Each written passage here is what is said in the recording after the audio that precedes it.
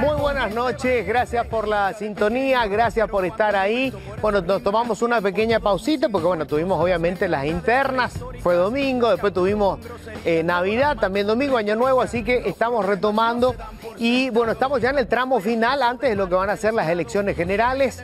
Vamos a estar nosotros con cada uno de los candidatos a cubrir el cargo más importante, obviamente el Ejecutivo, también con los legisladores. Hoy vamos a arrancar con uno de los candidatos de más peso probablemente, porque bueno, por trayectoria de su partido, vamos a estar con el candidato a la presidencia de la República por el Partido Colorado. Pero vamos a estar con todos los diferentes, toda la oferta electoral va a pasar por esta mesa hasta las elecciones de abril y después vamos a seguir el resto del año porque, bueno, asumirá un nuevo gobierno, tendremos nuevos ministros, una cantidad de cosas que debatir. Este año va a ser un año muy especial.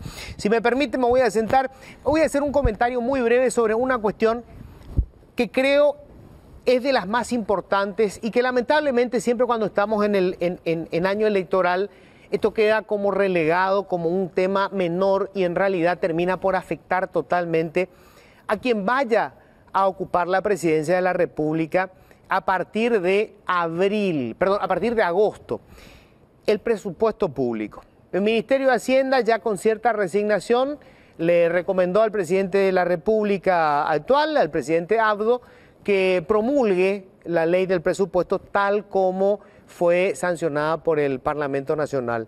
Lamentablemente es, como suele ocurrir en los años electorales, un presupuesto nefasto, que contiene una cantidad de aumentos de salario que hacen más rígido el presupuesto. Esto quiere decir, rígido quiere decir que buena parte de lo que ingrese para el fisco, ya sea a través de impuestos o cualquier otra fuente, se tiene que destinar a gastos que sí o sí hay que pagar, salario principalmente, pero también deuda que ya se contrajo.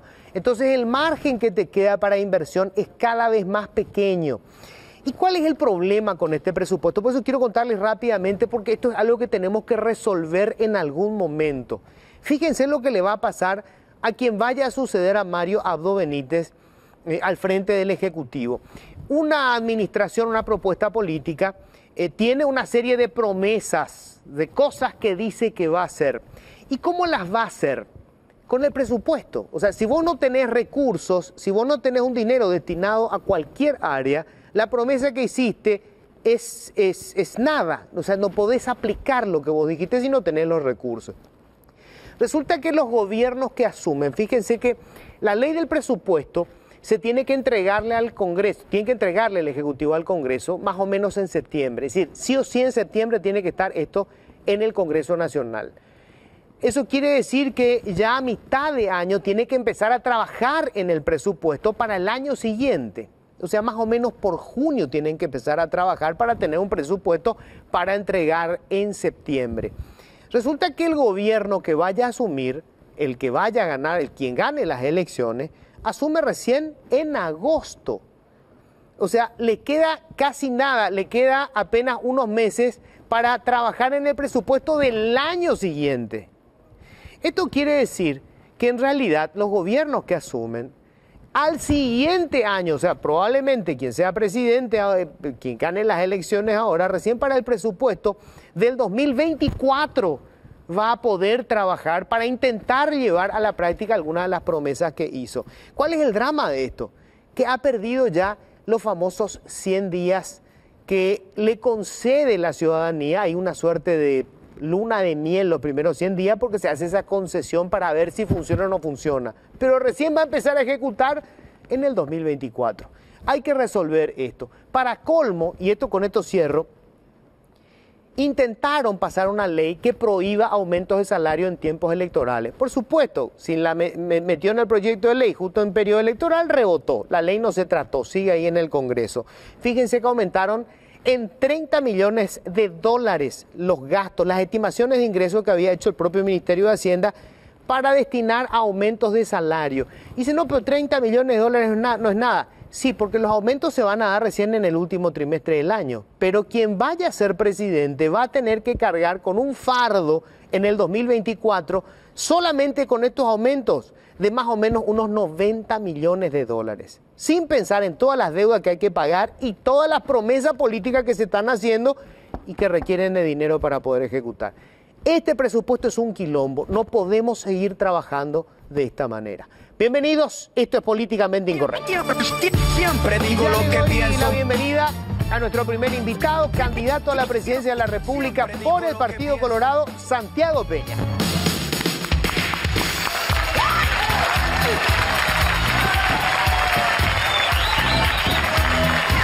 Muy buenas noches. Hola, ¿Qué tal, Santi. Luis? ¿Cómo andás? ¿Cómo estás? Un gusto. Gracias por venir. Por favor. Ponete cómodo. Bueno, queríamos arrancar obviamente por, digamos, uno de los candidatos de más peso, siempre esto aparentemente... De más peso electoral, aclara. Como de más peso electoral, sí señor, de más peso electoral, hay que decirlo, más vale, con todos los años que tenemos con el Partido Colorado. No que no sea en el peso poder. físico, digo.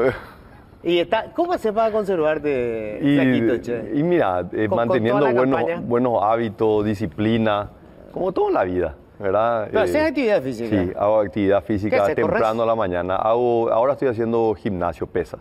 Estoy haciendo siempre algo aeróbico, pero la idea es siempre mantener que el ejercicio no sea, tengo que hacer ejercicio, no, realmente sea parte de una rutina, lo mismo la buena alimentación, lo mismo el sueño, fundamental. ¿Dormís bien? Duermo súper bien, como un bebé.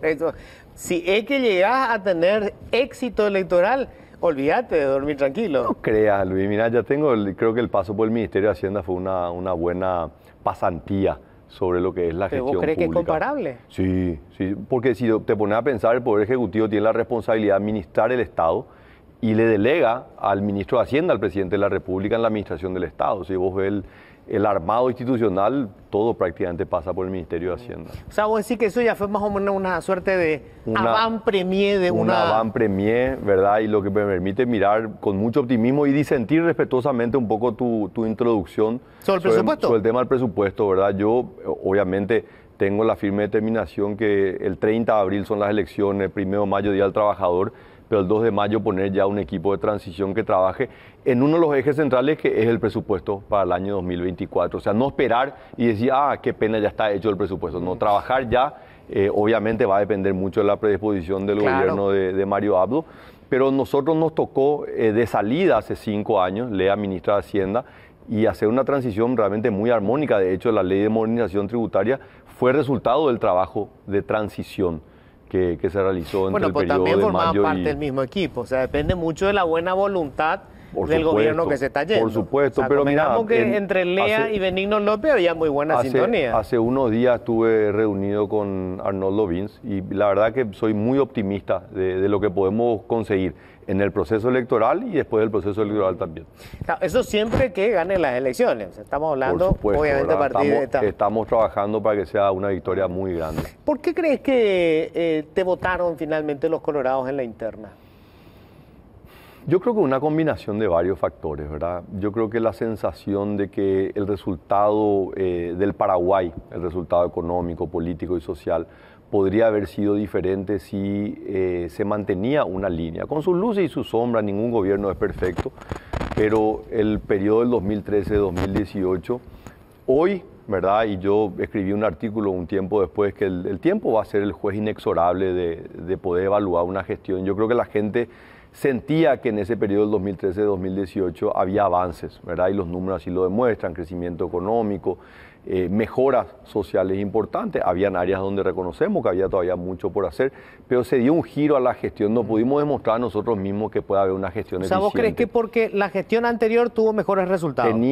Quedó en la retina de mucha gente y esa sensación, si le elegíamos a Santi, probablemente el resultado iba a ser mejor. ¿Y vos crees que ese iba a fue tener- un elemento, ¿verdad? vos- Otro elemento yo creo que fue mi determinación de seguir involucrado en materia de política, sin estar en un cargo público, seguir luchando, haber trabajado el año pasado o el antepasado en las elecciones municipales. Entonces no hay una respuesta, es la combinación Son de varios muchas factores, cosas. Muchas varias cosas. ¿Y vos crees que hubiese tenido, si hubieses ganado las generales, o sea, primero la interna, ¿vale? Después la general, si hubiera sido vos el presidente, ibas a tener resultados muy distintos de los que tuvo Mario Abdo? Yo creo que sí, ¿verdad? Y yo creo que hay elementos que son claramente muy positivos en el sentido de que hoy con 5 años más de experiencia, de madurez, yo soy una persona que ha crecido muchísimo, ¿verdad? Como también cuando fui ministro de Hacienda, crecí muchísimo de mi rol anterior como director del Banco Central. O sea, el proceso de aprendizaje, y más para alguien como yo, que soy muy crítico, yo soy crítico de mí mismo y quiero ir mejorando constantemente. Entonces,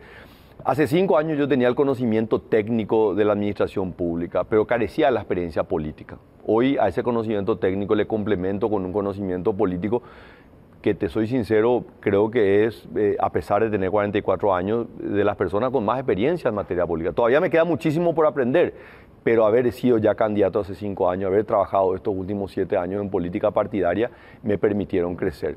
Por el otro lado, y para responder tu pregunta, sí, yo creo que podría haber hecho muchos cambios que se perdió la oportunidad en la pandemia. La pandemia era una gran oportunidad para hacer cambios en la redefinición del rol del Estado, de la modernización del rol del Estado. El hecho que el Estado se cerró y solamente algunas funciones vitales, como por ejemplo la salud, se mantuvieron, ¿verdad? Se podría haber utilizado para...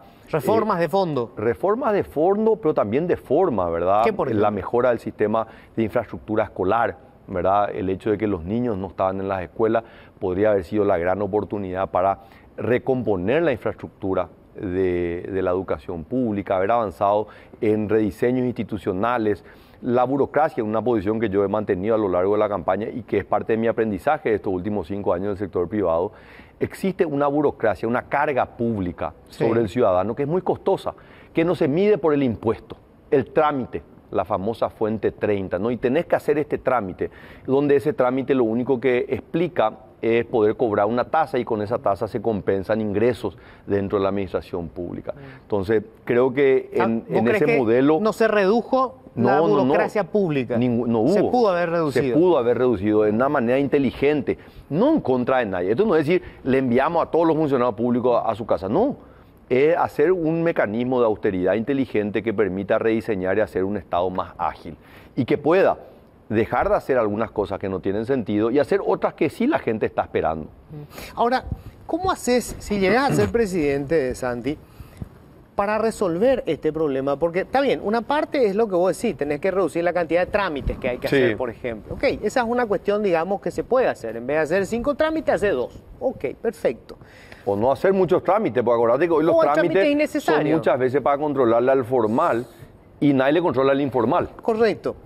Pero, ¿qué haces con la burocracia pública que tiene un costo altísimo? O sea, ahora mismo este presupuesto que volvieron a sancionar, que lo promulga el propio Poder Ejecutivo, o sea, no hace ningún cambio, vuelve a incrementar el gasto rígido. O sea, mantiene la misma dinámica de siempre, el crecimiento del gasto corriente. Y cualquier intento que se hizo, inclusive este gobierno hizo algunos intentos de presentar un proyecto de ley, de cambiarla, pero vos sabés que la clase política es la que traba, porque ahí está su clientela política. ¿Por qué sería diferente, Santi, si llegás ahora a la presidencia? Porque ya fue diferente cuando fuimos gobierno y cuando fui ministro de Hacienda. O sea, yo hablo no del discurso, sino desde el testimonio. Cuando nosotros llegamos, en agosto del 2013, yo era director del Banco Central, Germán Rojas era ministro de Hacienda, el 100% del déficit fiscal estaba explicado por aumento del gasto corriente. Recordemos que un año antes había dado ese gran incremento del presupuesto en gasto corriente, que fue monumental, como nunca antes había visto en la historia. Ahora todavía el gobierno de Fernando Lugo, ministro de Hacienda Dionisio Borda. No se vetó el presupuesto, ¿verdad? Hubo un aumento tremendo.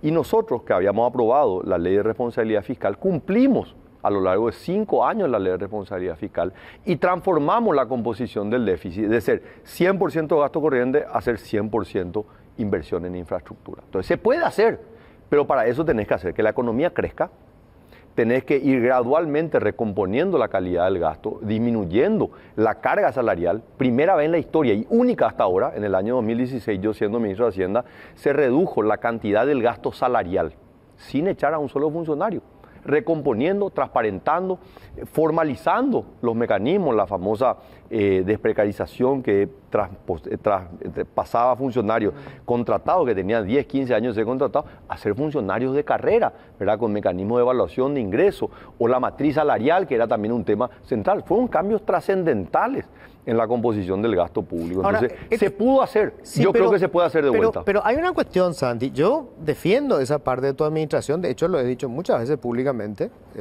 Creo que fue muy importante eso que se hizo. Pero después tu propio partido, Sí. Santi, boicoteó todo eso, siendo gobierno, porque Sí. no te olvides que este gobierno es Colorado también. Nosotros tenemos Son enorme los parlamentarios diferencia. de tu partido los Y que yo, destruyen a los eso. pocos días, ¿verdad?, de haber ganado las internas, y yo reconozco que todavía hay heridas dentro del proceso electoral, y más todavía en una interna tan fuerte como la Sí, del tan Partido virulenta. Colorado, ¿verdad? Donde yo le decía, señores, nosotros tenemos que saber diferenciar lo que son nuestras responsabilidades políticas sobre un modelo republicano de participación electoral y aceptación de los resultados, y también tenemos que saber diferenciar lo que son nuestras posiciones, y las posiciones no pueden cambiar. Entonces, si mis posiciones no son personales, mis posiciones son con argumentos sólidos sobre la gestión de gobierno, las decisiones, las designaciones, eso no puede cambiar por un resultado electoral. Aunque a muchas personas les duela esa posición, ¿verdad? Pero vas a poder sostener eso políticamente, Santi, cuando vos sabés que si ahora tenés un resultado distinto, la clase política cree que es corresponsable de tu éxito, porque antes del discurso, cuando perdieron, era Cartes quiso gobernar con sus gerentes. Que es una falacia, no ¿verdad? importa, O sea, no importa, pero ese fue el discurso. Sí. Y ahora que nosotros nos involucramos, ganó. Por lo tanto, el gobierno tiene que ser un co-gobierno con el grupo político. Y el grupo político lo que quiere son cargos. Primero que nada, nosotros tenemos que sacar el estigma de la política de los políticos. Yo soy un político con alto conocimiento técnico, que puedo discutir técnicamente con cualquier otro Son político. políticos sui generis. Claro, No, entonces, es el común del político pero colorado. no creas, ¿verdad? Yo creo que hay que darle De hecho, de mayor origen- visibilidad, ¿verdad? Hay muchísimos otros. El caso de Lea Jiménez. Lea Jiménez También es una es política. atípica. Y bueno, pero te puedo Pero dar así política como- ahora, Santi. Pero yo político sé. es Bachi Núñez. Pero- político es Calé. Esos son los políticos clásicos Y del sí, Partido Colorado. que A llegaban esos por políticos votos. les importa 3 cuernos el déficit fiscal. Y nos vamos a reunir. No, pero esos políticos son los que nos han acompañado. Esos políticos fueron los que permitieron que nosotros, por única vez en la historia, después del general Bernardino Caballero, vetáramos un presupuesto. Porque no estábamos de acuerdo con lo que salió del Congreso. Y los políticos en la Cámara de Calé Diputados no nos era de apoyaron. los que apoyó eso. No, porque estábamos enfrentados políticamente. tampoco. Bachi no estaba en el Parlamento. Bueno, Pero hubo, ¿verdad?, que nos apoyó, Sí, era bueno, presidente de la Cámara. pero no son estos políticos. No, A eso voy. pero ¿cómo Vas a hacemos poder- los cambios? ¿Cómo hacemos? Esa es la pregunta. ¿Cómo haces los cambios? Y son mejorando la representación política. Y hablamos en esta mesa, Luis, en Bueno, pues la muchísimas representación- oportunidades. ¿Verdad? Yo no Totalmente de acuerdo. yo no puedo señalarle con el dedo a quienes están ahí en la gigantografía esa quién es bueno y quién es malo. Yo quiero hacer mi parte. Yo estoy convencido. Mi mamá todos los días me dice, mi hijo, vos sos lo mejor que hay. Yo no sé, mamá, porque vos sos mi mamá. Siempre me va a decir eso. Pero yo tengo que salir a convencer a la gente que mi propuesta es la que va a permitir que el Paraguay progrese. Y que así como lo hago yo, hagan otros. Yo no le puedo obligar, yo no le obligué a una Lea Jiménez, a un Gustavo Leite, que hoy están buscando votos en el Parlamento. Y dentro de la lista de los 45 candidatos del Partido Colorado, hay muchos políticos tradicionales, pero también hay nuevos actores políticos. Y yo prefiero concentrarme en esos buenos actores políticos. Bueno, yo quiero ver el vaso medio no, lleno, no medio vacío. A ver, Convengamos que vos estás en una vamos posición a pelear. obviamente crítica hacia la política y hacia el Partido Colorado. No, y sobre todo a la política en general. En general, No, claro, porque- y al Partido Colorado en particular. Entonces, Sí. porque vos me estás hablando, obviamente, yo soy del Partido Colorado, pero Obvio. yo te puedo señalar muchos actores de otro partido político que son muchísimo La peores. lista es la misma. El partido Liberal acapara y son los políticos Entonces, de siempre. ¿cómo cambiamos eso? Esa es la Con pregunta. pequeños actos de coraje, que la gente se anime. ¿Qué, que por ha ejemplo? sido, no, que participe en los procesos electorales. Ha sido mi llamado desde el año 2015, cuando yo llego al Ministerio de Hacienda, y me acuerdo de una reunión espectacular en el Congreso, yo le decía, señores, el camino del desarrollo es clarísimo. Tenemos que aprobar balances, presupuestos balanceados, políticas públicas que privilegien el capital humano, la educación. Y me dice un senador, ¿y usted cuántos votos tiene? ¿Cómo que cuántos votos? Yo soy ministro de Hacienda. Sí, usted tiene un voto. Usted sabe lo que me costó a mí llegar acá, convencer a la gente. Y ahora usted va a venir con su lindo traje y su PowerPoint a decirme lo que tengo que hacer. Si usted cree que sabe lo que el Paraguay necesita, pues salga a la calle y convenza a la gente. Por eso decidí involucrarme en política, porque no me sirve solamente saber lo que la academia me dice. Y vos tuviste en estos días un programa con grandes analistas económicos y todos pontificando lo que hay que hacer. Perfecto, ahora hay que salir a la calle a convencerle a la gente porque el Paraguay va a mejorar, no cuando tengamos solamente un buen presidente, sino cuando la sociedad en su conjunto valore bienes y servicios públicos de calidad, cuando valore la educación pública, cuando se valore la salud pública, ahí el Paraguay va a progresar. Totalmente de acuerdo. No podemos estar en desacuerdo con eso. O sea, yo lo que no sé es si yo voy a ser capaz de generar ese cambio. Si y capaz que yo solo no. Político para y voy a hacerlo. construir, y ese es mi desafío, como el desafío fue cuando me dijeron, cuando terminé las elecciones, Santi, si vos no estás en un cargo público vas a desaparecer de la política. Y acá estoy, Luis, después de 5 años de no haber estado en ningún cargo público. ¿Tenés que necesariamente conseguir el abrazo republicano con todos para poder ganar las elecciones? No con todos. Yo creo que nosotros tenemos que respetar el disenso, ¿verdad? Yo creo que hay actores claves en este proceso. Yo creo que Arnoldo Vince es un jugador clave. ¿El presidente de la República no? Yo creo que él tiene el gran desafío hoy de hacer una gestión. Le quedan todavía 8 meses de gobierno. Sí, yo creo que ese rol es más importante que un trabajo electoral. Yo creo que Arnoldo tiene un rol. Y esto tenemos que saber cuál es el rol que tiene que jugar cada jugador. Pero ¿es importante o no que tengas un abrazo republicano con el presidente de la República? Yo creo que en el proceso de pacificación y de sanación política creo que es importante. No creo que sea determinante, pero sí creo que es importante. Ahora, el hecho de que yo me reúna con él no significa que mis posiciones sobre la gestión de él cambian. Y él va a tener que aceptar, como también él debe tener muchas críticas sobre mí. Y yo no voy a pretender que ahora porque yo soy candidato él me quiera. No es una cuestión de afecto o desafecto, es una cuestión de responsabilidades políticas partidarias y después responsabilidades sobre nuestras propias posiciones, ¿verdad? Ahora te pregunto, Santi, vamos a suponer sos presidente de la República. Yo creo en tus convicciones y lo he dicho y lo he escrito públicamente. Yo creo en tus convicciones porque te conozco de antes de que te metas a la política. No sé si la política te pudo haber cambiado tanto, espero que no. Pero cuando estás en el ejercicio del poder y necesitas, por ejemplo, una ley, la cuestión es bien pragmática y te dicen, mira, necesitamos los votos de estos senadores. Estos 4 senadores tienen este problema en este momento con la justicia. Podemos conversar con el fiscal general del Estado. Es decir, ¿cómo vas a evitar que en el momento de ejercer el poder no aparezca esto que ahora le llaman la operación cicatriz, que significa tapar todos los curros de los que no sea un pacto de impunidad. Claro. ¿Verdad? Y que el costo de pasar una ley no sea finalmente da una concesión que represente un retroceso mayor. Correcto. Y ahí, Luis, está mi gran fortaleza, porque conozco el rol del Estado y yo sé los costos, pero también las ventajas de las políticas públicas. Eso le puede pasar a alguien que no tiene un conocimiento acabado del funcionamiento del Estado. Pero yo puedo sentarme con cada uno de los legisladores y decir, esto que vos me estás planteando tiene un costo tan alto que hace que la ley que yo necesito prefiero que no se haga. Pues yo te hablo de algo más simple, impunidad. Y te vuelvo a repetir, si yo tengo que poner, porque vos hiciste algo malo, porque vos robaste, porque vos defraudaste, yo tengo que ponerme en la línea de tiro para que vos me apruebes esta ley, ¿sabes qué? Prefiero que esta ley no salga. Y me manejaré con las herramientas que tengo. Ahora, podés creerme o no podés creerme, pero en los 2 años y medio que fui ministro de Hacienda, nunca vinieron a plantearme ningún negocio torcido. Yo no sé si tengo cara de boludo, entonces dicen, no, a él no le planteemos porque no va a aceptar. Y creo que la conducta vale, y yo creo que la trayectoria vale. Y yo creo que cuando sea presidente de la República, la gente va a saber qué me va a poder plantear y qué no me va a poder plantear. ¿Te molesta que te digan que sos una pieza de Cartes? Ni un poco. Me molestaría si fuera verdad. No me molestan lo más mínimo. ¿Cómo te sentís vos con respecto a tu relación con Cartes? Creo que es una relación que ha crecido, creo que es una relación de respeto. Creo que es una relación que reconoce nuestras diferencias generacionales, de clubes deportivos, de trayectorias, ¿verdad? Yo no vengo del mundo empresarial, por más que he estado en el sector privado, pero yo vengo de la dinámica pública y él viene del ámbito deportivo, el ámbito empresarial, pero miramos el Paraguay de una manera muy similar en el sentido del desarrollo y el potencial que tiene el Paraguay. O sea, los dos estamos convencidos el Paraguay puede mucho más y los paraguayos podemos mucho más y el talento que está en el Paraguay desparramado en lo ancho y lo largo está buscando la oportunidad y esa oportunidad depende de los políticos y las decisiones que tome la ciudadanía. Ahora, ¿vos crees que tu oportunidad política se la debes a Horacio Cartes?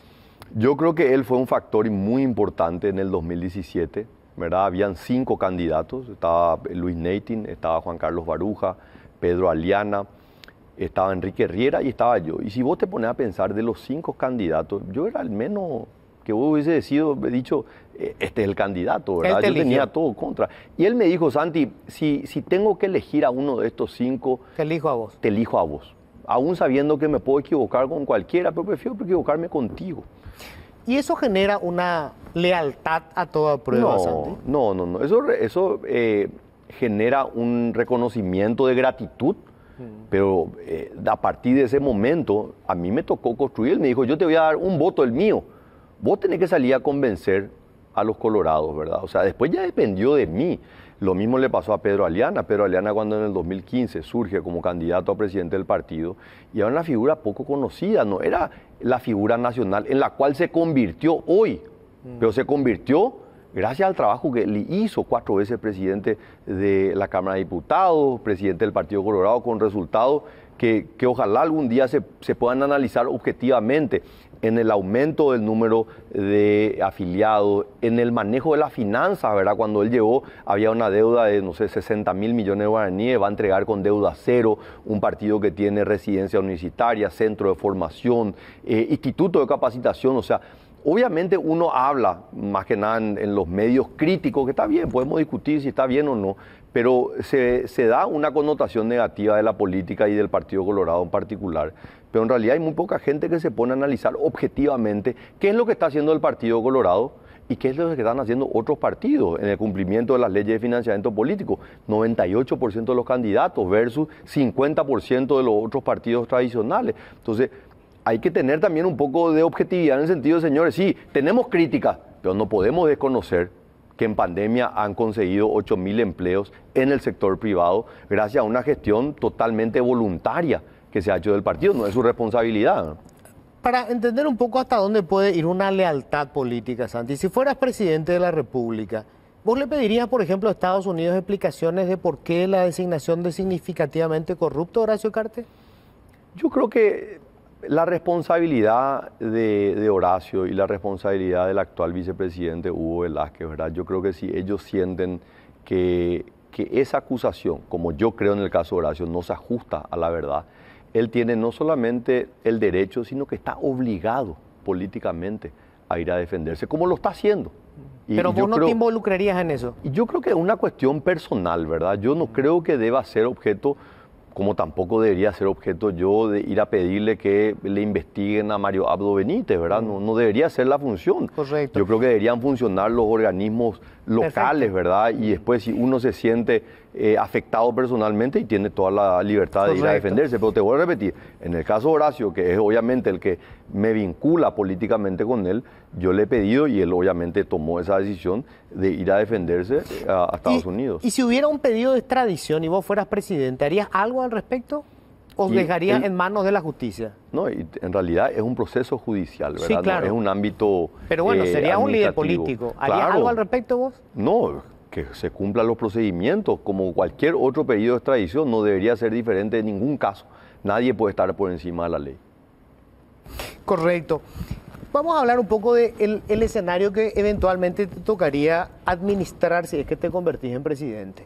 Yo creo que en mucho tiempo no hemos tenido una situación tan delicada como la que vamos a tener a partir del año próximo. 2002 probablemente habrá sido similar. Sí, pero hay una cuestión, digamos, que cambia, que es, llegamos al límite del nivel de endeudamiento. Hasta el momento hemos hecho mucha obra pública, empezó la administración de Cartes, siguió Mario Abdo, mucha obra pública, pero a costa de endeudamiento, principalmente. Hay un nivel, estamos ya en 37% del PIB con el endeudamiento. Sí. Vamos a tener que empezar a pagar deuda. El presupuesto se volvió más rígido todavía con los últimos aumentos de salario. O sea, te queda un margen mínimo y hay una enorme expectativa. O sea, vos hablaste de vamos a estar mejor. ¿Por dónde vas a ir, Santi? ¿Cómo vas a conseguir financiamiento? Sí, el financiamiento es el menor de los problemas. Acá la pregunta es cómo acomodar ese financiamiento de manera sostenible. O sea, Paraguay tiene crédito, ¿verdad? Y esto está... O sea, vamos a tomar más crédito. Está avalado. Paraguay va a seguir endeudándose. Pero el desafío es hacerlo de una manera sostenible. Y la ley de responsabilidad fiscal cumple ese rol. Cuánto es mucho y cuánto es poco. No puede ser sujeto a una coyuntura nomás transitoria, ¿verdad? Entonces, crece la economía, en el 2002, ¿y por qué yo hablo del 2002? Porque en el 2002 se dio una coyuntura, la deuda pública estaba por encima del 40%. ¿verdad? Y nosotros tenemos que reconocer, ¿verdad? Políticamente, hoy todos somos uno, ¿verdad? Pero yo tengo muchas diferencias con Nicanor Duarte Frutos, pero su gobierno fue muy hábil en galvanizar un momento y una voluntad política que permitió hacer una serie de reformas económicas muy importantes, ¿verdad? Y aparte se benefició de un boom de commodities, condiciones externas favorables, ¿verdad? Pero si vos te pones a pensar... al final de su gobierno, en realidad. Sí, pero por una cuestión política más que económica, ¿verdad? Pero la realidad es que desde ese punto del 2002, que era tremendamente complicado, ¿verdad? No se pagaban salarios en tiempo, las pensiones se pagan, las jubilaciones se pagan con atraso. Hubo un cambio radical, ¿verdad? Y un cambio porque se generó confianza, porque hubo un cambio en las expectativas de los actores económicos, ¿verdad? Entonces, yo apelo que después de 5 años que la economía no ha crecido, porque ha habido un proceso de estancamiento... Hay que hacer reformas. Yo creo que más que una cuestión de reforma, hay que darle un giro a la gestión. Y ese es el gran desafío. Nosotros ¿Cuál es el giro a la gestión? Yo creo que a lo largo de estos 10 años, el gobierno de Horacio, el gobierno de Mario, creo que en el de Horacio podemos estar de acuerdo que hubo un fuerte énfasis en la gestión, se dejó de lado un poco la gestión política, y en el de Mario se fue al otro extremo, pendularmente se movió hacia una fuerte estructura política, pero sin gestión. Tenemos que encontrarle el punto intermedio. Pero una gestión política ¿en qué, con una Santi? enorme O sea, gestión. porque, a ver, suena muy lindo lo de gestión. ¿Pues gestión exactamente en qué? Porque convengamos que la política fiscal y monetaria no cambió gran cosa. No, hubo cambio. Yo te iba a contar, por a ejemplo, en octubre o noviembre del 2019, el Ministerio de Hacienda tiene que enviar una nota al Ministerio de Obras Públicas diciéndole que deje de lanzar licitaciones porque carecen de financiamiento. Entonces, hoy adelantamos 2 años y medio a esa fecha y vemos un nivel de atraso con los proveedores del Estado, cerca de 400 millones de dólares. ¿Qué representa eso en la estructura económica del Paraguay? Significa un corte en la cadena de pagos, ¿verdad? Porque el proveedor que contrató con el Estado y el Estado no le está pagando, ese contratista no le puede pagar a su proveedor. Ese contratista tiene que ir a un banco a pagar tasa de interés para poder reponer su flujo de caja. Vos sabés que eso es porque se tardó el Parlamento en aprobar crédito. No, fue un problema. Santi. Pero ¿cómo te estoy diciendo? El ministro de Hacienda le envía una carta, única en la historia, Luis. Le envía una carta. O sea, cuando eso quiere decir ya no había diálogo. ¿Con quién? Entre el Ministerio de Hacienda y el ministro de Obras Públicas y Comunicaciones. Entonces, ese es un problema de gestión. O sea, el problema es que VINS siguió haciendo licitaciones que no tenían financiamiento. Claro, a decir por el Ministerio de Hacienda. Entonces, no es una cuestión que llegó el financiamiento tarde o no, no. Ok, está bien. Es un problema, tenemos ahí un problema de gestión, ¿verdad? Correcto. El problema que hoy le está perjudicando al Instituto de Previsión Social es un problema de gestión. Se visualiza como un problema financiero, pero es un problema de planificación. ¿Cómo vos llegás a una deuda? Pero es un problema de fondo. Claro que Luis, sí, Santi. Pero Luis, ¿vos crees que no había necesidad de 5 años atrás? Sí, pero... Claro que había, pero hay una capacidad. El problema es cuando el Estado le transfiere su incapacidad de proyectar al sector privado, eso tiene costos en la economía. A ver, espera, Santi, vamos a entendernos porque si no parece que yo voy a defender... Claro, está defendiendo a este gobierno. No, ni mucho menos. La ineficiencia de este gobierno colorado y de lo que ha sido a lo largo del tiempo de los gobiernos colorados. Sí. No voy a defender eso. Pero a lo que voy es que me parece que estás esquivando las reformas de fondo. O sea, pero el, Luis, sistema, el Instituto de Previsión Social tiene un problema de estructura. Vos sabés que es así. Totalmente. Hay que adecuar el marco jurídico. Hay que adecuar el marco jurídico. Esto está vinculado también con una mayor transparencia en el mercado laboral. Tiene que haber más aportantes. Solamente 2 de cada 10. Correcto. Por supuesto, claro. Ese es el punto. Pero lo que te quiero nomás decir, Luis, que vos le damos mucha importancia a los cambios legislativos que son importantes, pero nosotros estamos llenos de leyes que no se cumplen. ¿Cierto? Entonces, ¿cuál es la diferencia? Pero estas son de fondo. ¿Cuál es la diferencia? Es la gestión. Son las decisiones en el día a día, que vos no la vas a ver en un gran titular o en una ley o en un decreto, pero que hacen la diferencia. Te hago un ejemplo, por ejemplo. ¿Cómo nosotros pudimos aumentar de 150 millones de dólares por año ejecución de obras públicas a 600, que fue lo que nosotros llevamos, ¿verdad? Hoy ya está en 1000. Pero ¿cómo hicimos ese salto? Yo me reunía una vez por semana con el ministro de Obras Públicas. Tarea, los dos nos sentábamos. ¿Dónde está tu expediente? ¿Dónde está? Lo que antes tardaba 3 meses se hacía en una semana. Me sentaba yo con el Ministerio de Industria y Comercio. Le decía, la aprobación de la ley 6090 de Maquila, los permisos, que antes tardaban 180 días, saquémoslo en 30 días. Gestión, porque estábamos abocados a resultados. Porque había un norte hacia donde queríamos ir. Ahora, entonces, eso no se cambia con una ley. Está bien. Por eso que yo quiero que... Coincidimos. No quiero sacarle la importancia a las leyes, pero yo quiero poner más énfasis en la gestión. Está bien, correcto, Okay. Me parece bien, pero ¿no crees que se tengan que hacer las reformas? Claro, apoyamos la modificación de la ley de contrataciones públicas, acompañamos la mejora en el servicio civil. Yo salí a dar la ley cara de la reforma, sí estás de acuerdo con Claro, eso. por supuesto. ¿El sistema previsional, hay que hacer una reforma general o no? Hay que hacer un cambio muy importante, ¿verdad? Yo no puedo decir otra cosa. Vos sabés que yo impulsé la creación de la superintendencia de fondos de pensión. Tiene que haber un análisis para asegurar la sostenibilidad de las siguientes cajas, porque si no va a ser un costo fiscal tremendo. Esto yo lo vengo predicando hace, no sé, al menos 10 años, desde la época que era director del Banco Central. Por eso me llama la atención de repente, porque da la impresión de que en el discurso no voy a hacer estas reformas que no son necesarias. No. Tienen que hacer las reformas, pero el gran cambio no va a venir por una ley. Estoy de acuerdo contigo. No va a venir por eso. Y nosotros tenemos que administrar las expectativas por parte de la ciudadanía. Santi, ¿verdad? Porque o si no, sí, yo voy a sacar esta ley, esta otra ley. Primero, el Poder Ejecutivo no promulga leyes. Sí, claro. Eso hay que sentarse con el Parlamento, tenemos que ver la configuración del Parlamento. Y no siempre vas a tener, ¿verdad?, las condiciones Entonces, políticas. ¿Qué es lo que yo me puedo comprometer como cabeza del Poder Ejecutivo? Hacer una gestión honesta de cara a la ciudadanía, con transparencia, lucha frontal a la corrupción y una buena gestión en donde los recursos que yo recibo del sector privado, porque los recursos son públicos, puedan devolver con bienes y servicios de calidad para la ciudadanía. Eso es mi compromiso y sé cómo hacerlo. Ahora, yo estoy totalmente de acuerdo contigo, Santi, cuando hablas del tema de la gestión, que es clave. Es más, tuve la experiencia de tu gestión. O sea, yo por eso insisto, yo creo que vos cuando estás diciendo esto, lo decís realmente porque crees esto, ¿verdad? Y querés esto. Sí. Ahora, el problema de gestión se da con determinados funcionarios que normalmente entraron allí por una cuestión política. Sí. O sea, el problema de la mala gestión del Estado está directamente vinculado con el clientelismo político. Tenés razón, pero también es cierto que la estructura del Poder Ejecutivo es una estructura muy jerárquica, casi una organización militar, por más que una organización civil, ¿verdad? Y es muy vertical, es súper vertical. O sea, entonces, si el presidente decide, se puede conseguir. El funcionario del eslabón más bajo está mirando para arriba. Y el que está ahí mira para arriba. Y todos miran para arriba. ¿Qué es mirar para arriba? Le miran al jefe. Y el jefe máximo de la estructura del Poder Ejecutivo es el presidente de la República. Entonces, ellos van a saber muy bien y muy rápido cuál es la intención del presidente de la República. Y te puedo asegurar que van a acompañar. Es lo que sentimos nosotros, es lo que yo sentí como ministro de Hacienda. Una determinación tremenda de acompañar cambios y reformas que hicimos al interior del Poder Ejecutivo.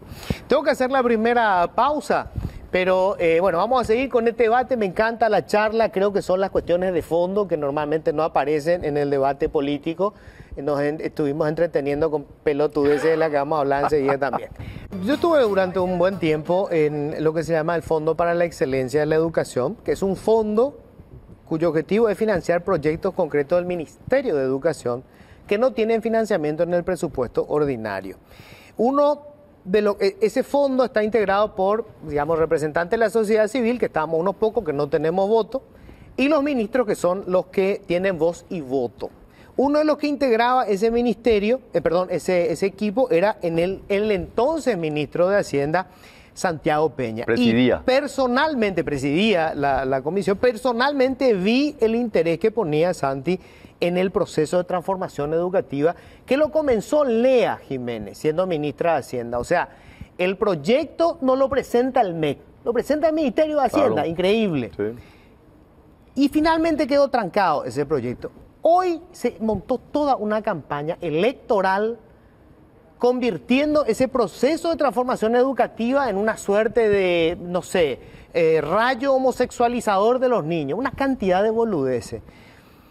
Y tengo que decirte que honestamente me dolió el silencio tuyo y de Lea, porque ustedes fueron de alguna forma padres de ese proceso, Santi. Mira, la verdad que no hubo un silencio, nosotros hablamos de eso y explicamos qué es lo que había ocurrido. No. Sí, lo hablamos en medio de comunicación, ¿verdad? Y nosotros compartimos, y es bueno que vos menciones esto, porque originalmente la idea era, y la lógica, es importante explicar cuál era la lógica esta. Nosotros, con la estabilidad macroeconómica, habíamos generado un bienestar en el Paraguay, varios gobiernos, varios ministros, presidente del Banco Central, pero se agotó ese modelo. Sí. El modelo de generar progreso social a través de la estabilidad macroeconómica se agotó.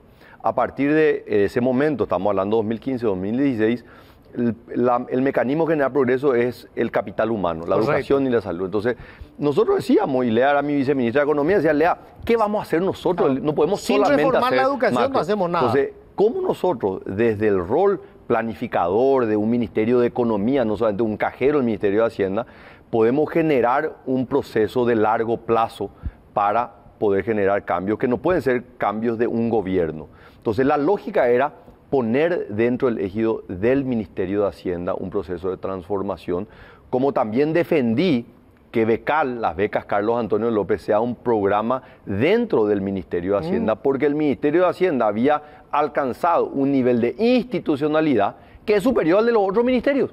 Entonces, garantizaba, lo mismo pasa con el Banco Central.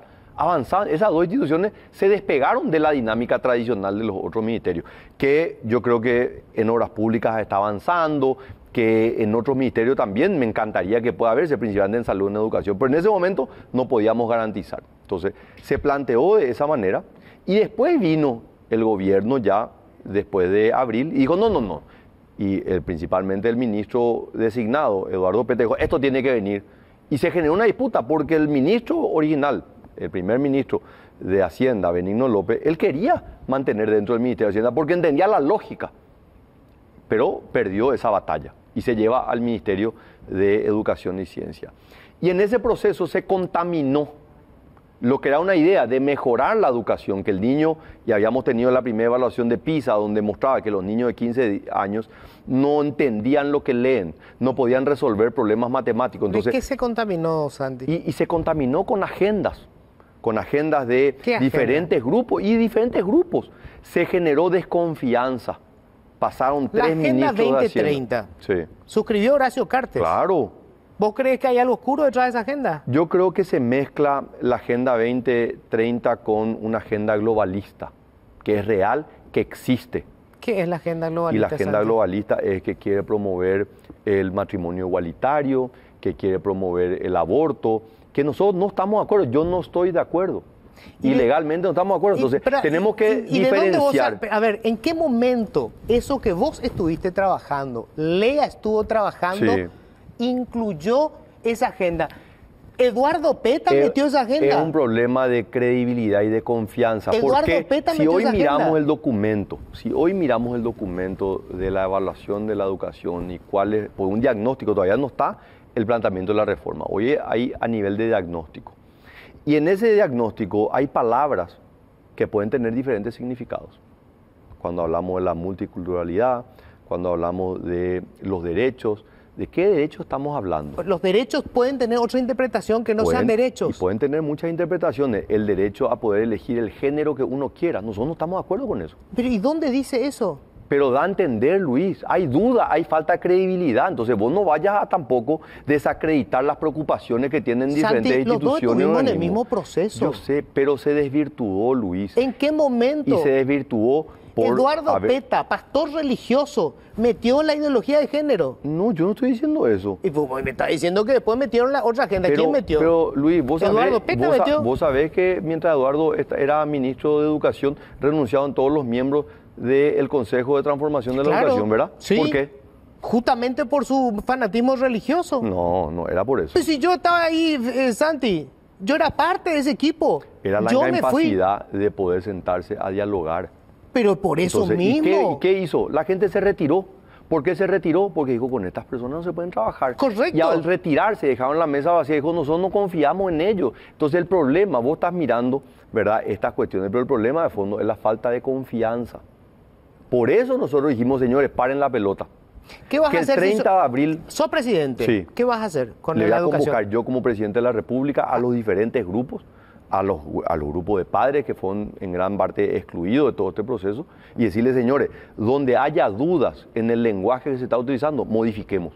Eliminemos palabras que generan conflicto y donde queramos mayor claridad, pues escribamos. Y si tenemos que hacer un documento de en vez de 100 páginas, de 500 páginas, pues hagamos un documento de 500 páginas para que no haya duda de cuál es el objetivo. El objetivo es que mejore la educación que el niño sepa leer, que el niño entienda lo que lee, que sepa resolver un problema matemático.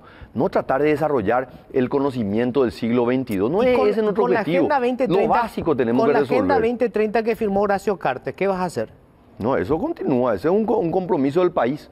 O sea, ahí no cambia, ahí no se habla del tema de ideología de género, ahí no se habla del tema del matrimonio igualitario, esos temas no están abordados ahí. Correcto. ¿Sí? Pero debería decirle a tu correligionario que creen que la Agenda 2030 tiene eso. Te voy a repetir, tenés que diferenciar lo que es la Agenda 2030 de lo que es la agenda globalista, que es la que promueve la ideología de género, es la que promueve el matrimonio igualitario, es la que promueve el aborto, y en eso estamos en contra. Pero lo que se firmó... Que no está en la Agenda, no está en la Agenda 2030. Y ese es el punto, eso es lo que se firmó. Pero son dos cosas diferentes, Luis, estamos dando vueltas sobre el mismo punto. Parece que no nos entendemos. Lo que te estoy diciendo es que la Agenda 2030 es lo que se firmó y no aparece nada de eso. Claro, pero eso es lo que dicen en la campaña. A mí nunca me habrá escuchado.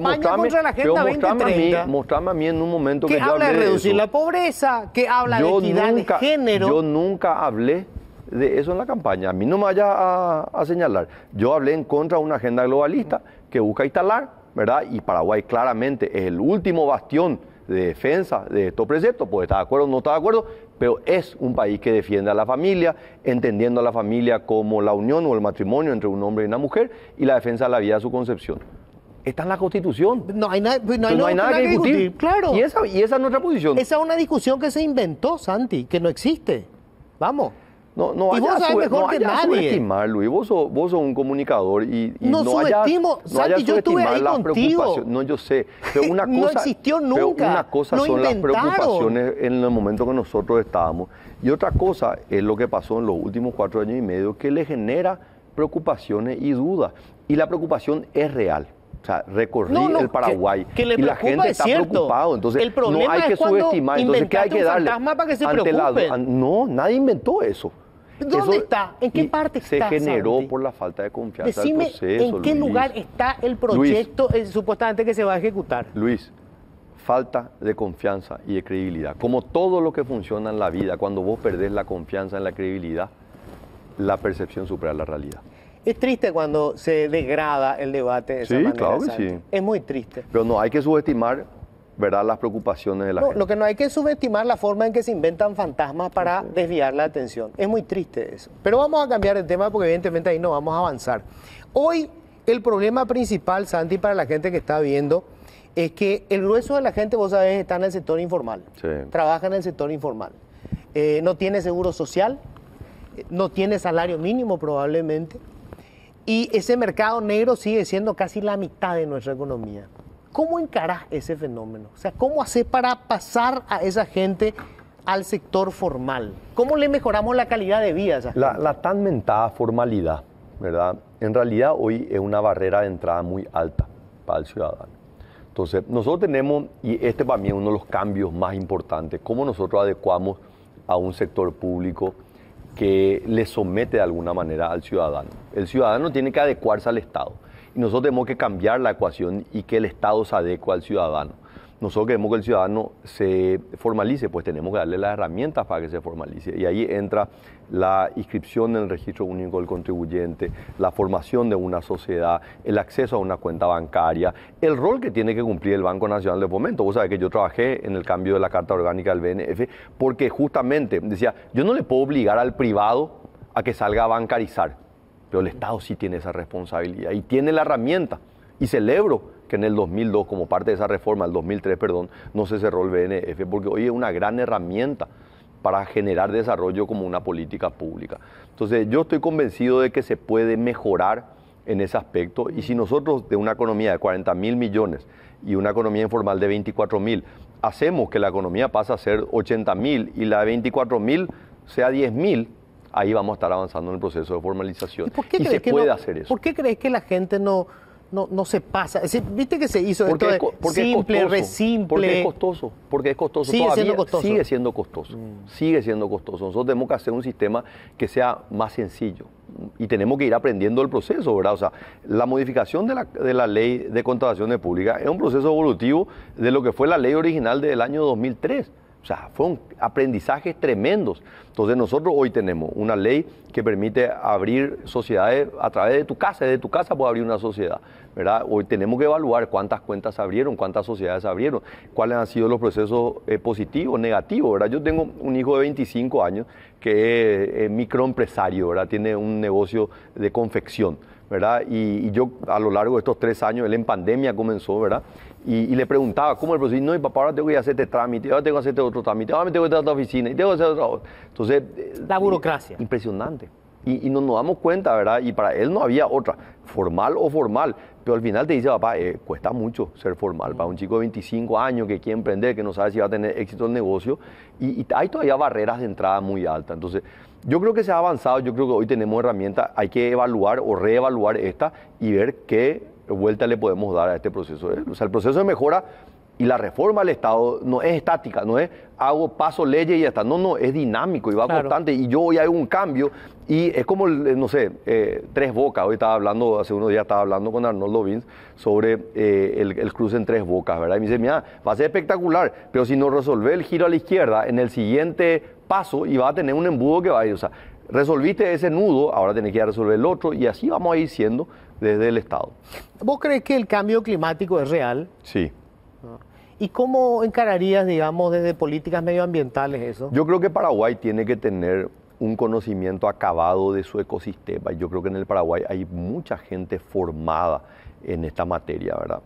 Y tenemos que tener una discusión sobre el modelo de desarrollo, ¿verdad? Yo entiendo, porque me tocó trabajar en organismos internacionales, que la mirada que se tiene de Paraguay, que es un país relativamente pequeño, es mucho más fácil decir que Paraguay no haga nada, que quede como un lindo museo y que no se tire ni un árbol, que no se haga absolutamente nada en materia productiva. Pero vos empezás a mirar realmente el manejo sostenible que tiene hoy la agricultura y la ganadería paraguaya y probablemente es lo más avanzado del mundo.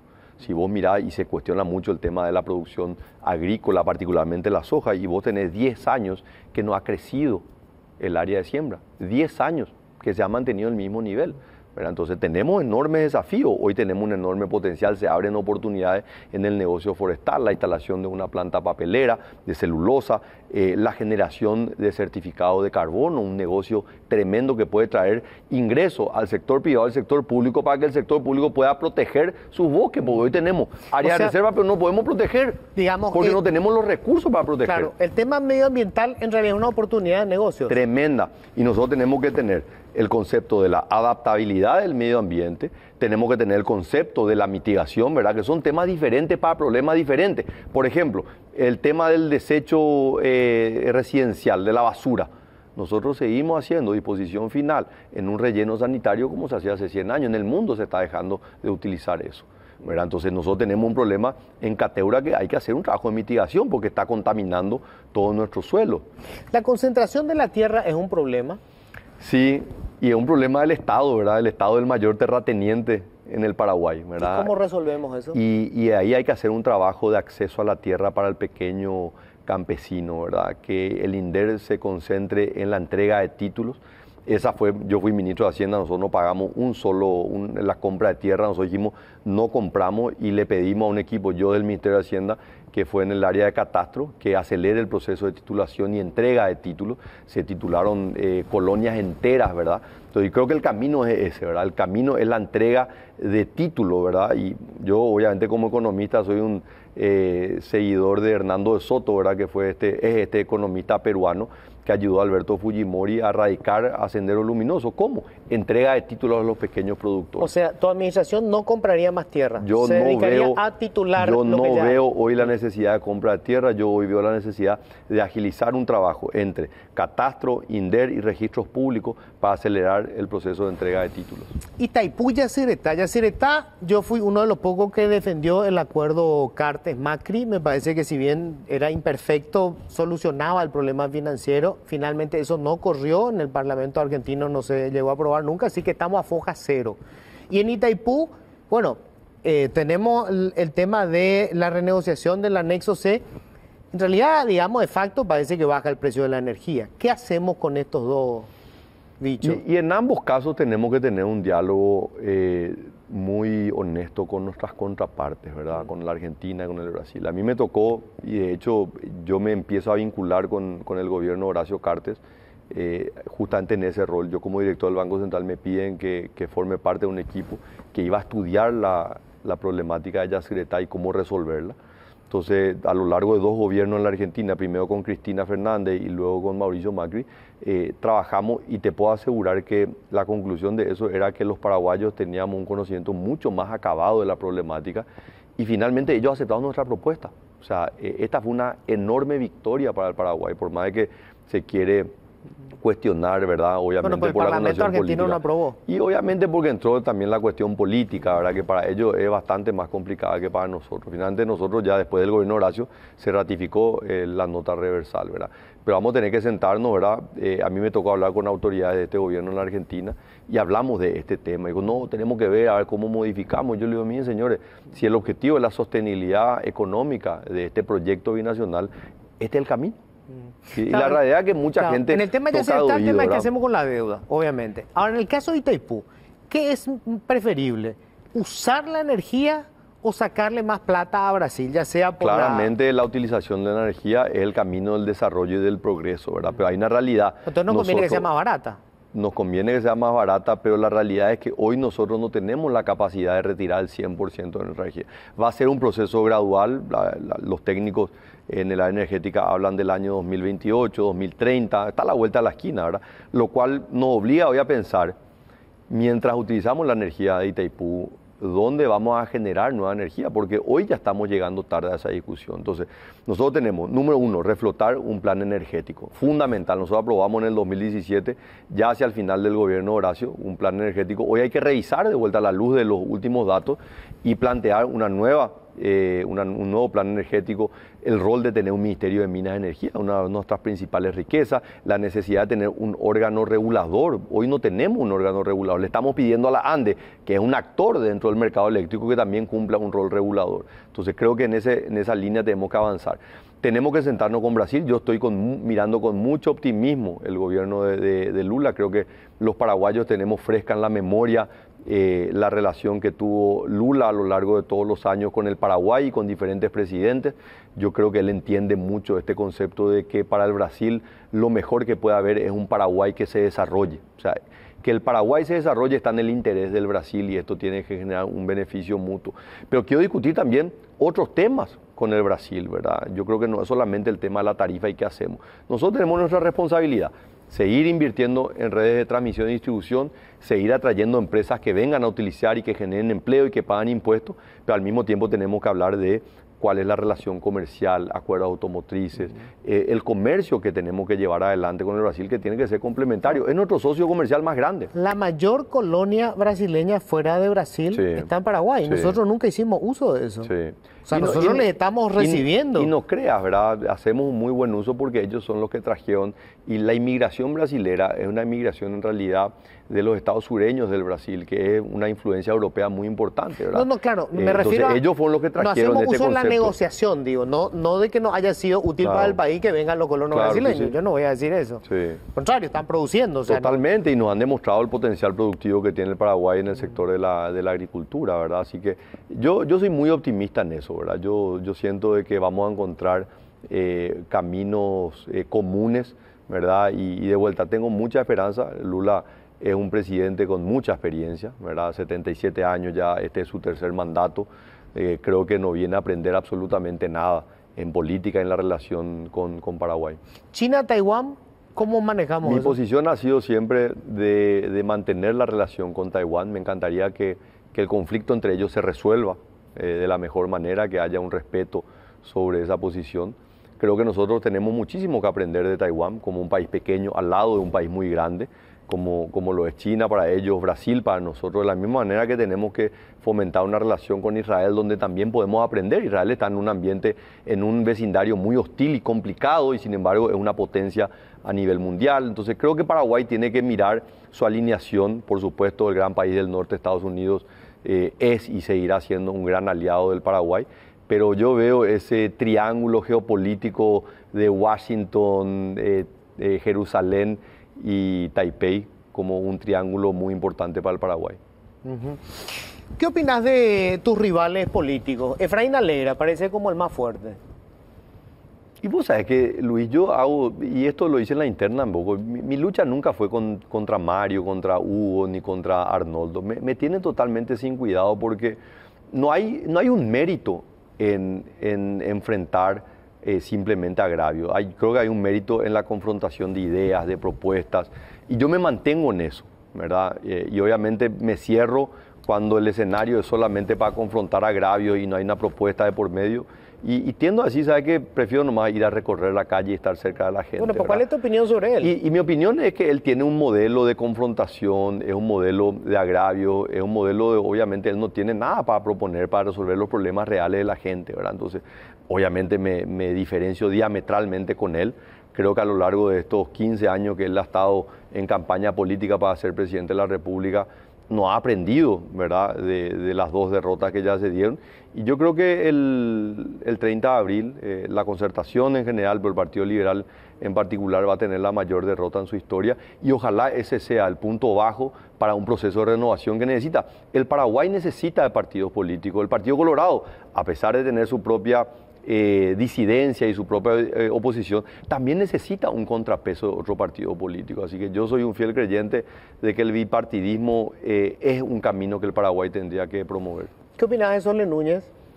Y Sole, vos sabés que fue una compañera mía en el gabinete y en el proceso creo que se ha desdibujado un poco su imagen. Yo creo que ella ha sido de alguna manera arrastrada en esa dinámica que promueve Efraín Alegre y obviamente como vicepresidenta se desluce del potencial que tiene en generar propuestas, ideas, porque ella sí es una persona que puede generar contenido y propuestas, pero obviamente atrás de Efraín está totalmente opacada. Y en el caso de Euclides Acevedo y de Chilaver. Y de Payo.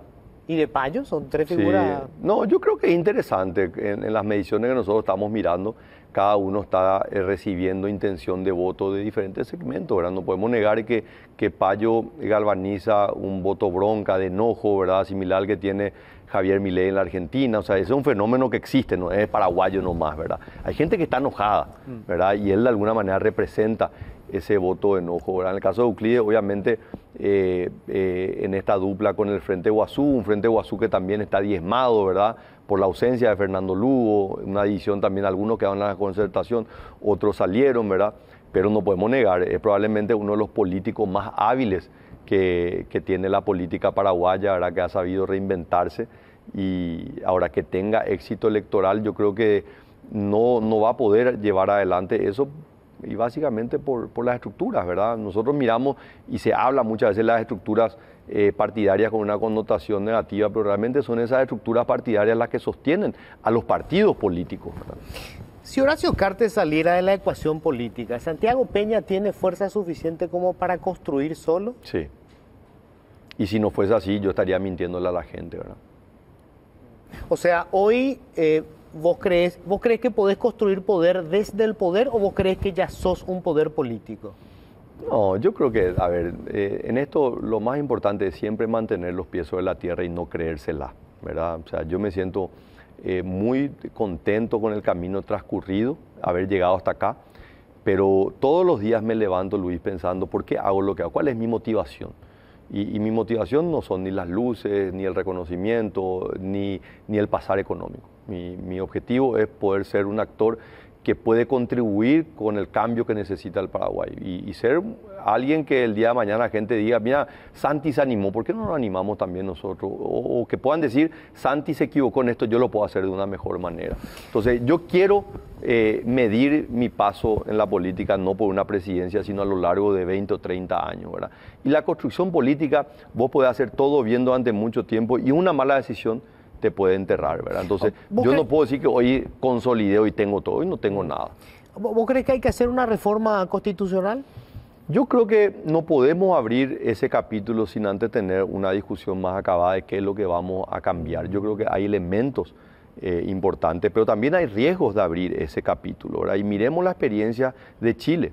Yo creo que a todas luces Chile está en una dinámica muy negativa, ¿verdad? No ha podido aprobar una constitución después de haber abierto un proceso que fue súper conflictivo, ¿verdad? Pero legal, ¿verdad? Se eligieron a convencionales constituyentes. Legal y legítimo. ¿Verdad? Legal y legítimo, pero sin embargo le está llevando a Chile con enormes consecuencias económicas y sociales, ¿verdad? Así que yo quisiera que empecemos a cumplir la Constitución y las leyes que tenemos. Creo que esta es una fruta que le podemos sacar mucho jugo todavía. No, te preguntaba eso porque, como decías vos, mi carrera política arranca, bueno, ya lleva a tiempo, ¿verdad? Pero si llegás a la presidencia no se acaba. Pero nuestra Constitución pues mata, ¿cuántos años vas a tener? Si llegas a ser presidente, vas a terminar a los 49. Sí. O sea, 49 años vas a ser un pibe, pero te convierte en senador vitalicio, o sea, no podés desde el Parlamento, por ejemplo, seguir aportando, ni tampoco existe ninguna figura de reelección. Es como matarte políticamente. Sí, pero vos sabés que, y más todavía en esta experiencia que me tocó los últimos 5 años, ¿verdad? Yo no tuve ningún cargo electivo, ni tuve ningún cargo de designación, pero sin embargo me pude mantener activo en materia de política pública. Y desarrollamos espacios de discusión como Basanomics, o en algún momento tenía un programa de televisión y de radio. O sea, yo no descarto la posibilidad de seguir siendo un actor. Me seduce la idea, me seduce la idea que hoy le está llevando a Horacio Cartes a ser presidente del partido. Me seduce la idea de, después de hacer una buena gestión como presidente, ser presidente del partido, ¿verdad? Creo que debería ser un camino natural para que ellos, justamente en esta situación donde el presidente de la República, que deja de ser presidente, que quiere colaborar y que quiere contribuir y que tiene la intención de la gente que le vote, que le pueda elegir en un cargo político, donde no hay ningún tipo de restricciones. Claro. No puedo dejar de preguntarte, te pregunté 1000 veces, ¿verdad? Pero para si no le preguntó, ¿el contrabando de cigarrillo es contrabando? El contrabando de cigarrillo, ¿el que sale es contrabando igual? Cuando se encuentra fuera del área de comercio interno, sí, ¿verdad? Si está en el medio del río. O sea, si se va a Brasil no es contrabando. Si no cumple con los supervicientes y se encuentra en el río, es tanto contrabando como el que ingresa de la Argentina que viene al Paraguay. Ahora, si se encuentra productos en Paraguay que pagan impuestos, que generan mano de obra, que contribuyen al fisco, eso no es contrabando. O sea, el producir cigarrillos no es contrabando. Si alguien agarra celulares, si alguien lleva whisky o lleva perfume de manera ilegal al Brasil, eso es contrabando. Aquel que trae y permite que ingrese mercadería a la Argentina, que mata a la industria local, que permite que el fisco no reciba ingresos y que mata fuente de empleo, eso claro, por el contrabando, que el cigarrillo que masivamente se vende en el mercado brasileño y que entra en negro, ¿es contrabando o no es contrabando? De la misma manera que el whisky, que el cigarrillo, los celulares, todos esos productos. Es contrabando. Si van de manera ilegal, claro que es contrabando. Es contrabando. Bueno, ya sabemos que estamos hablando, no voy a seguir con él. Bueno, Santi, realmente un gusto debatir. Por supuesto que no tenemos que estar de acuerdo en todo, porque así funciona la democracia, pero creo que es muy importante esto, es muy importante. Te agradezco mucho, Luis. Celebro que haya gente joven, con ideas frescas, eso es muy bueno. Y yo te voy a decir esto para terminar, ¿verdad? Yo no soy el único, me decía, ojalá haya más. Te va a sorprender, Luis, la cantidad de jóvenes que hoy son miembros de juntas municipales, que son intendentes, rostros jóvenes. Sí, vos viste tu lista para el Congreso, ¿verdad? Pero de vuelta, vos te estás concentrando en algunos nombres. Pero vos no destacás el caso de Lea Jiménez, de Gustavo Leite. Santi, ¿vos crees que van a entrar?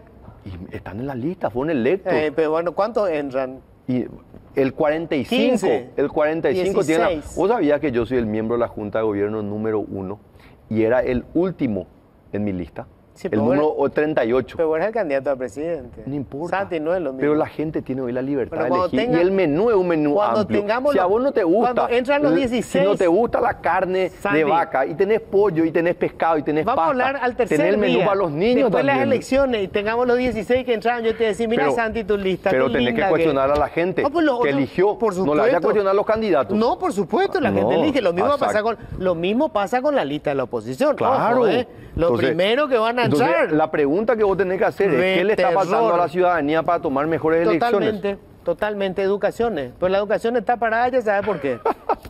Gracias, Santi. Gracias a vos, Luis. Bueno, estamos ya con la doctora Cecilia Pérez, estuvo como candidata a la Fiscalía General del Estado, integró la terna de la que se eligió al fiscal general del Estado, fue nombrada ahora ministra ante la OEA. ¿Qué tal, Cecilia? ¿Cómo estás? ¿Qué tal, Luis? Buenas noches, gracias por la invitación. ¿Por qué la clase política no te eligió fiscal general del Estado? No sé, habría que preguntarle a ellos, ¿verdad? Pero ¿vos crees que hubo algo de, qué sé yo, misoginia? No, yo no creo que haya sido una cuestión de misoginia propiamente. Sí hubo, y yo hablé de esto y lo voy a seguir haciendo porque creo que es importante que nosotros trabajemos en cambiar esto. Ataques personales durante la campaña o en el tiempo del concurso, que estas son cuestiones que no pasan con los hombres, ¿verdad?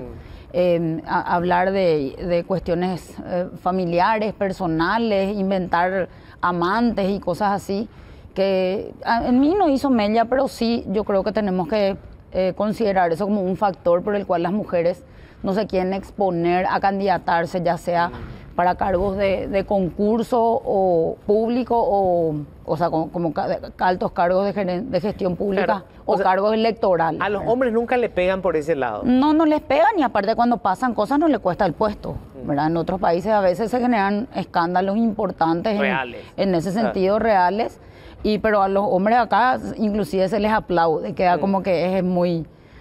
muy macho, sí, muy gallo. Así mismo. ¿Fuiste la candidata al presidente en algún momento? Yo nunca me consideré la candidata al presidente. Yo creo que o sea, un cargo, llegar a la terna sí fue un orgullo profesional para mí. Cuento y digo, pero no es menos importante que yo era la más joven de ellos. A los otros dos yo les conocí en mi época de funcionaria en el Poder Judicial.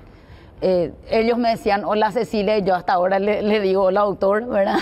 O sea, no sé, ya era positivo para mí, y que la gente también hable de una manera como que cualquiera de los tres podía hacer y que cualquiera de los tres estaba a la altura de las circunstancias también fue satisfactorio. Pero son reglas del juego, un cargo político y bueno, hay decisiones políticas que se toman, no siempre tenemos todas las respuestas. ¿Qué hace una ministra ante la OEA o un ministro? Bueno, en este caso el cargo de ministro es el que está inmediatamente debajo del embajador, o sea, es el inmediato anterior al del embajador. Y en este caso, por el propio perfil, me van a asignar a formar parte de la Comisión de Seguridad Estratégica Hemisférica, que es una de las comisiones que le asesora a la Comisión Permanente de la OEA. ¿Por qué aceptaste? ¿Para alejarte un poco también? Yo creo que es una oportunidad. Te tengo que reconocer, nunca lo dije públicamente, pero siempre el ámbito internacional estuvo en el horizonte de mi carrera en algún momento. De hecho, que llegamos a hablar en el marco cuando yo era ministra de Justicia, la importancia de generar componentes en la cooperación. Por ejemplo, cuando hablábamos del crimen organizado con la gente del pacto, hablábamos de la importancia de generar un eje anticorrupción que tiene que ser transversal en cualquier estrategia de lucha contra el crimen organizado, y surgía la posibilidad de trabajar en algún momento en el exterior, principalmente por eso, ¿verdad? ¿No te quedó la sensación así de cargo, de una suerte de, digamos, de resignación, de bueno, nos salió esto, te damos esto otro, tipo Vince que perdió y ahora es director de DIPU? Claro, un poquito mejor que a vos le fue, ¿verdad? No, vos sabés que no. Porque me parece un cargo muy importante. Yo creo que hay que trabajar ahí, no hay embajador, hay que colaborar. Este año tenemos una observación electoral. ¿No tenemos embajador ahora? No tenemos embajador. O sea, ¿vas a ser la embajadora de facto? No, hay un encargado de negocios que está trabajando, que es el jefe de misión. Tengo nomás entendido que ya tiene que volver porque es escalafonado y tiene su tiempo cumplido, pero eso vamos a ir viendo. Entonces, de facto te va a convertir en la embajadora. Y vamos a trabajar en el equipo y con el canciller y con el presidente, ¿verdad? Este año es un año electoral para nosotros. Nosotros tenemos una observación electoral de la OEA, todos los años, o sea, en todas las elecciones tenemos. La OEA misma le hace un cuestionamiento a Paraguay justamente por la poca participación de mujeres en cargos electivos, de trabajar sobre eso, de ver qué está pasando porque está disminuyendo en vez de aumentar. Y bueno, y hay otros temas importantes en la Comisión de Seguridad Hemisférica, hay temas regionales determinantes, está la lucha contra el crimen organizado, pero está también, por ejemplo, todo lo que refiere a los esquemas antiminas, los esquemas de trata de personas a nivel regional, inclusive esquemas de seguridad pública y sistemas penitenciarios. Una agenda bastante extensa la de la comisión. Ahora sos un poco una mujer así como de lugares donde hay mucha adrenalina. Estuviste ahí en el Ministerio de Justicia cuando teníamos el drama del PCC, de no sé cuántas fugas que se alertaron antes. Sé que inclusive tuviste amenaza, me imagino, ¿verdad? El PCC, sí. De qué sé yo, todas esas organizaciones criminales. De ahí a este trabajo, digamos, si bien importante, obviamente, ¿verdad? Pero es un trabajo como más de oficina, como, no es decir, ¿cómo manejas eso internamente? Para mí es un desafío. Aunque no tenga, parece que no tiene adrenalina, es un desafío.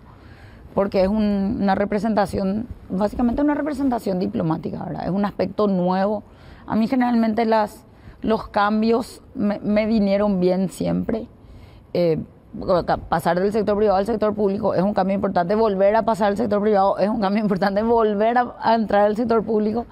Y como que esto todavía no hice, ¿verdad? Una cosa es trabajar desde adentro del Estado en una cooperación y otra cosa es ir a trabajar, a representar al Estado en un organismo multilateral, ¿verdad? ¿Qué te dejó la experiencia de todos estos años en la administración pública, en dos gobiernos distintos, con situaciones, digamos, de conflicto, incluso aunque sea en el mismo partido político? ¿Qué te dejó?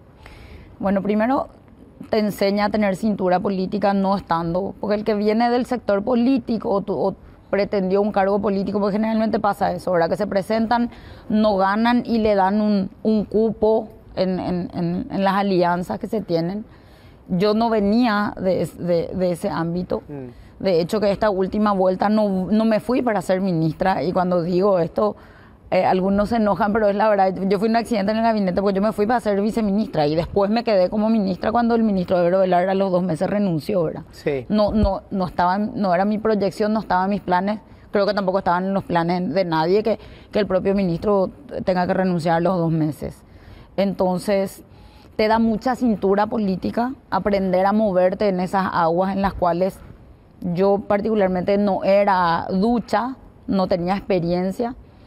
Te da gestión pública, porque nosotros estamos muy acostumbrados a criticar, pero cuando uno está sentado ahí se da cuenta con todo lo que tiene que lidiar y con todas las cosas de las cuales depende cada decisión que uno toma. O sea, uno toma la decisión y después tiene que pelear muchas veces en contra de la burocracia estatal, la falta de presupuesto, las estructuras de corrupción, tanto en el ámbito administrativo como a mí me tocó ver en el sistema penitenciario, que sabemos que es un caldo de cultivo para todo. Entonces, aprender a administrar todo eso da mucho conocimiento de la gestión pública.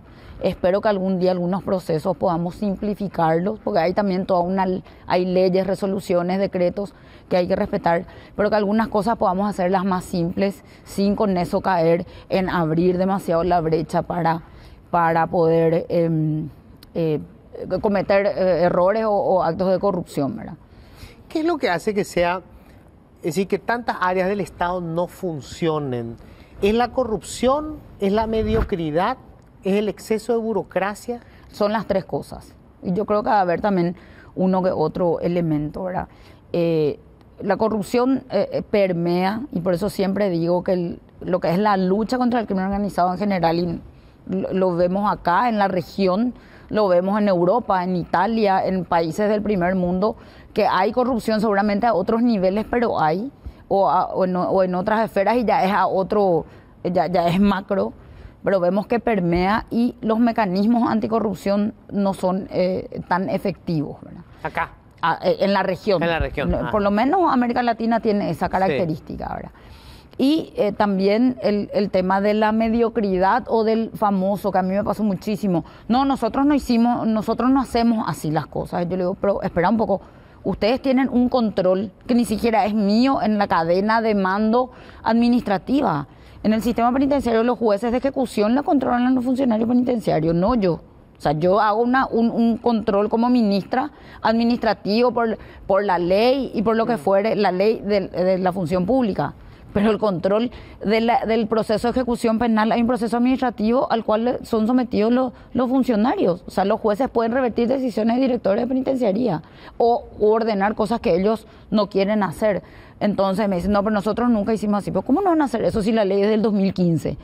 Estamos en el 2019 y ustedes todavía no saben lo que dice la ley. No, pero la otra ley, eso se derogó. Nadie, por ejemplo, se sentó nunca a hacer un comparativo, y eso te doy como ejemplo, pero pasa en muchísimos lugares, a hacer un comparativo de cuáles de los puntos el Código de Ejecución Penal deroga la ley 210/70, que era la ley penitenciaria vieja, ¿verdad? Nadie se sentó a decir, espera un poco, este no está vigente y este sí. Nadie hizo ese estudio, entonces cuando me conviene agarro este artículo y cuando no me conviene agarro este. Y hay mucho de eso en la administración pública, no hay muchas veces reglas claras, y es algo que yo creo que a muchísimas personas que quieren hacer bien las cosas les choca cuando dicen, no, pero nosotros siempre mal lo hicimos así o nunca se hizo así, y lo otro es lo que está arreglado y lo que se debe hacer. Entonces es luchar contra un modus vivendi, una inercia de estatal que es difícil romper, ¿verdad? Entonces uno a veces va eligiendo las batallas que quiere lidiar, y hay algunas que o sea, no vamos a poder lidiar contra todas las batallas, ¿verdad? No vamos a poder tomar todas las batallas.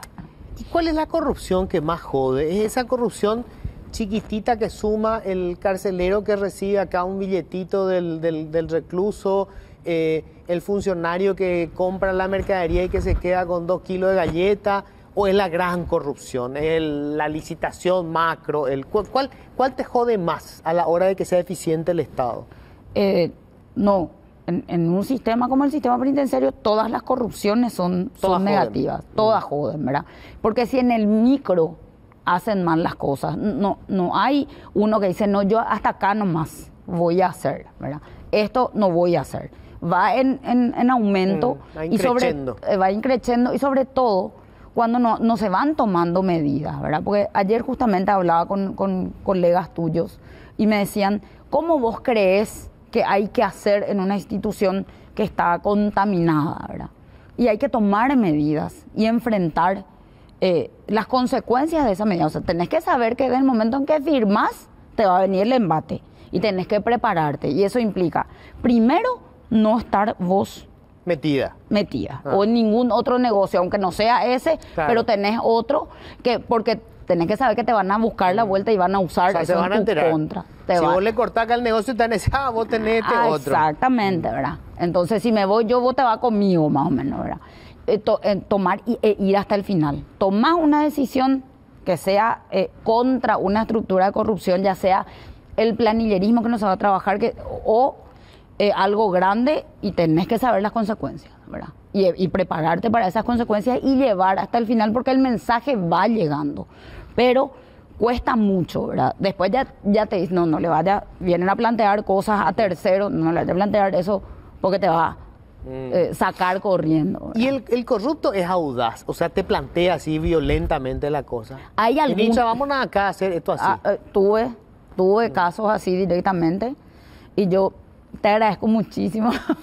Cuando vienen y te plantean diplomáticamente le decís, el que te entra con todo le contestás de esa manera, y está el que es hábil y da la vuelta y te plantea acá, te endulza el paquete. O si no te dice, vamos a hacer, pero nosotros matamos todos los rastros. No te preocupan que no te van a pillar. No te van a pillar, ¿verdad? Entonces hay de todo, ¿verdad? Y de acuerdo con eso, Cecilia, ¿te podés forrar en la administración pública en breve tiempo? Sí. Si te prestás a la corrupción. Sí. No importa el cargo, no sé, el cargo importante, obviamente, pero... Yo te digo que en el Ministerio de Justicia podés salir con mucha plata. Podés te farrar podés 2 o 3 generaciones... Y parece que es un presupuesto chiquito, ¿verdad? Sí, pero no, el presupuesto es precario. También la capacidad técnica es bastante limitada. Por eso yo siempre decía, es un ministerio pobre en más de un aspecto, ¿verdad? Pero... y hay muchas necesidades que hay que cubrir, y eso también es una responsabilidad del Estado. Si yo me pongo a tratar de cubrir todo lo que necesitaba, iba a tener que triplicar mi presupuesto. Y desde el momento en el que te dan poco presupuesto, quedan los agujeros para que se haga la jugada de un dinero irregular que circula pero que no entra al Estado, ¿verdad? Por eso nosotros inclusive llegamos a analizar con el viceministro la posibilidad de legalizar algunas acciones, o sea, de imponer un canon de que se paguen por cuestiones que sabemos que están circulando, que se hacen, y que no hay ninguna norma ni a favor ni en contra. O sea, es un vacío legal. Entonces, bueno, legalicemos en positivo. Bueno. ¿Qué tan importante es el poder de las organizaciones criminales en la... O sea, es tan así como tipo peliculesco luego en las cárceles, por ejemplo, el PCC, la cabeza del PCC, que vos tengas que negociar incluso con esa persona? En un esquema fallido, sí, ¿verdad? Es más fácil en otros países donde hay estructuras más mayores, por ejemplo, hay cárceles de máxima seguridad, por eso yo siempre hablaba de eso, siempre hablaba de la importancia de que nosotros hagamos esa discriminación de perfiles y le castiguemos a la persona, o sea, le tengamos en las condiciones de acuerdo a sus propios perfiles, pero ahí también tenés que saber que igual permea y a otro nivel, ¿verdad? O sea, cuanto mayor estructura hay, se aumenta la apuesta, ¿verdad? O sea, que es ir lidiando, porque el crimen organizado funciona regionalmente, funciona así, acá y en Estados Unidos, sí, claro, y en Europa, ¿verdad? Por eso vos le pones un coto, es como un río, vos represás acá porque acá estás cortando y te va a buscar el camino, el agua por dónde salir. Entonces, es un verdadero desafío tratar de estar un paso adelante, ¿verdad? Sobre todo porque ellos, por la forma de trabajar, no tienen reglas que el Estado sí tiene y que tiene que respetar. Nosotros no podemos andar con armas automáticas disparando por la calle como lo hacen ellos, ¿verdad? En un esquema del tráfico de armas. Entonces, comprometerse a eliminar el crimen organizado es una falacia política en cualquier lugar del mundo. Lo que hay que hacer es una lucha seria, responsable y eficaz. Y va a ser permanente, es una carrera de resistencia. ¿No te vas a lanzar la política? No, ahora no, ahora me voy a trabajar allá. Pero no te pasa por la que no te seduce.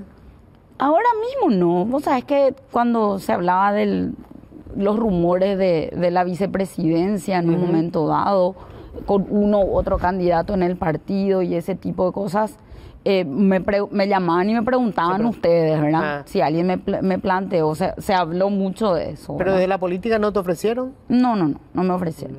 Yo creo que te tienen miedo un poco. ¿Por qué decís? Porque la inteligencia siempre provoca miedo. De las mujeres con más razón. Sobre todo de las mujeres inteligentes, sí. Yo creo que hay una suerte de protección de la mediocridad, ¿verdad?